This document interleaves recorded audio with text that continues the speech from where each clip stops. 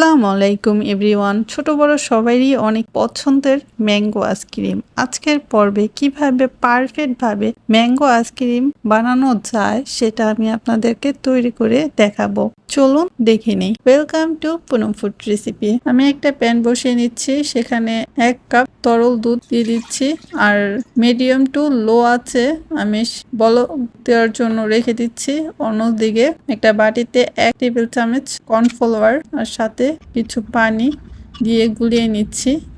দেখুন আমার দুধগুলো অলরেডি বলক এসে পড়েছে। এখন আমি কর্নফ্লাওয়ার গুলো দিয়ে দিচ্ছি। কর্নফ্লাওয়ারের কারণে নিচে লাগার সম্ভাবনা বেশি থাকবে, সেই জন্য একটা খুন্তি দিয়ে অনবরত নাড়াচাড়া করতে হবে। হ্যাঁ, এইভাবে নাড়াচাড়া করতে হবে আর খেয়াল রাখতে হবে অবশ্যই আমাদের আঁচটা জানি মিডিয়ামের থেকে কিছুটা কম থাকে। হ্যাঁ, এখন আমি এর মধ্যে দিয়ে দিচ্ছি 1 কাপ চিনি। চিনিটা আপনারা কম বেশি করে দিয়ে নিতে পারেন, কে কিরকম মিষ্টি খান ওরকম বুঝে পরিমাপ করে দিবেন। আমি 1 কাপ দিয়ে নিচ্ছি। এখন আমি পুরোটা আবারও নাড়াচাড়া করতে থাকবো যাতে করে নিচে না লাগে। হ্যাঁ, এভাবে নাড়তে নাড়তে এক পর্যায়ে দেখবেন এরকম বলক হয়ে আসছে, তারপরও আপনারা নাড়তে থাকবেন, না হলে নিচে লাগার সম্ভাবনা থাকবে। হ্যাঁ, নাড়তে নাড়তে দেখবেন এরকম ঘনত্বটা চলে এসে পড়েছে। দেখতেই পাচ্ছেন কতটা ঘন হয়ে গিয়েছে।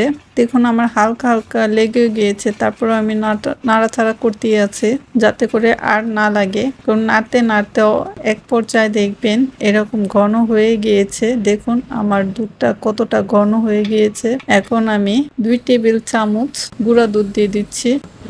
এখন ভালো করে অনবরত নাড়তে হবে যাতে করে এরকম ক্রিমি ভাব আসে। দেখুন আমারটা কতটা স্মুদি ক্রিমি ভাব এসে পড়েছে দুধটা দেওয়ার পরে। হ্যাঁ, এভাবে আপনারা করতে পারেন। আমি দেখুন আরো ভালো করে নাড়তেছি। দেখুন আমার নিচে কিন্তু একটু লাগে নেই, আপনাদেরকে দেখাচ্ছে।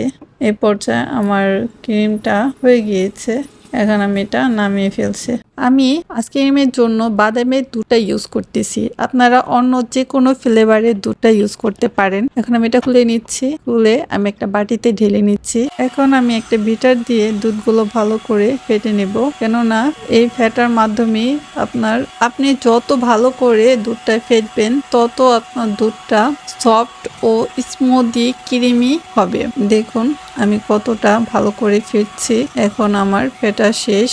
একটা পাকা আম আমি ব্লেন্ডার করে আগিয়ে নিয়েছি। দেখুন 1 বাটি হয়েছে। এই সম্পূর্ণ বাটি আম আমি দুধের মধ্যে দিয়ে দিচ্ছি আর দিয়ে দিচ্ছি আমি যে ঘন দুধটা বানিয়েছিলাম সেই দুধটাও দিয়ে দিচ্ছি। এখন একটা চামচ দিয়ে নাড়াচাড়া করে এরপরে একটা বিটার দিয়ে আবারও ভালো করে ব্লেন্ড করে নেব। দেখুন যাতে করে আম দুধ সবগুলো ভালো করে মিশে স্মুথ হয়। দেখুন এভাবে ভালো করে মিশিয়ে নেব। আমার মেশানো শেষ।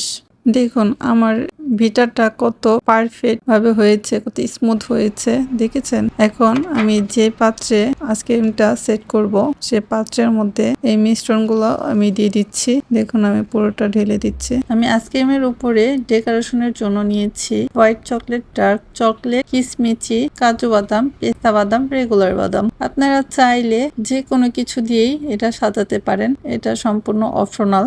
বাট চকলেট বাদাম দিয়ে সাজালে এটা খেতে খুব ভালো লাগে আইসক্রিম গুলো। হ্যাঁ, দেখুন আমি একটা একটা করে সবগুলো সাজিয়ে নিচ্ছি।